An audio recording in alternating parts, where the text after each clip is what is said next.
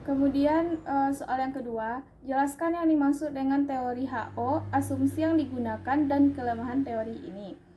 Teori HO menyatakan penyebab perbedaan produktivitas karena adanya jumlah atau proporsi faktor produksi yang dimiliki oleh masing-masing negara, sehingga selanjutnya menyebabkan terjadinya perbedaan harga yang dihasilkan.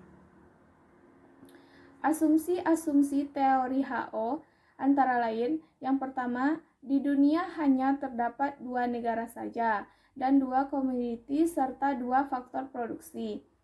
Kedua negara tersebut memiliki dan menggunakan metode atau tingkat teknologi produksi yang persis sama. Komoditi X secara umum bersifat padat karya atau padat tenaga kerja, sehingga komoditi X secara umum bersifat padat modal. Hal ini berlaku untuk kedua negara.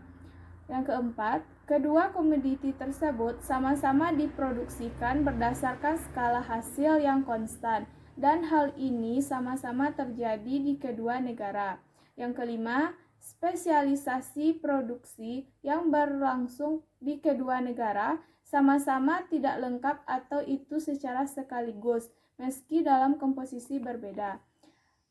Selera preferensi permintaan para konsumen yang ada di kedua negara itu sama persis.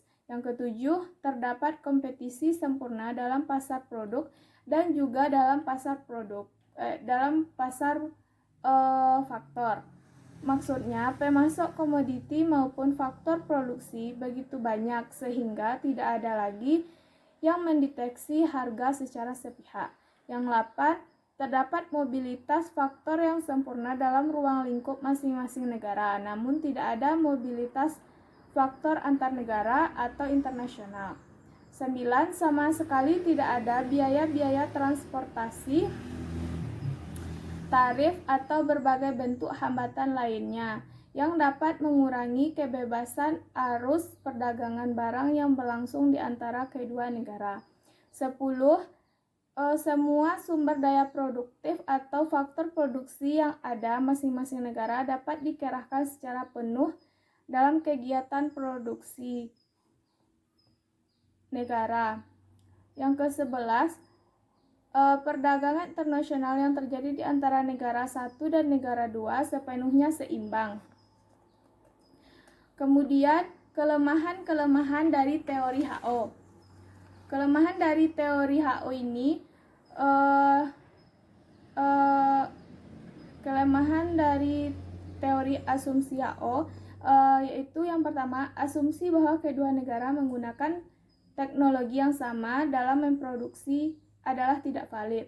Seringkali adanya negara menggunakan teknologi berbeda. Yang kedua, asumsi persaingan sempurna dalam semua pasar produk dan faktor produksi lebih menjadi masalah. Yang ketiga, asumsi tidak ada mobilitas faktor internasional.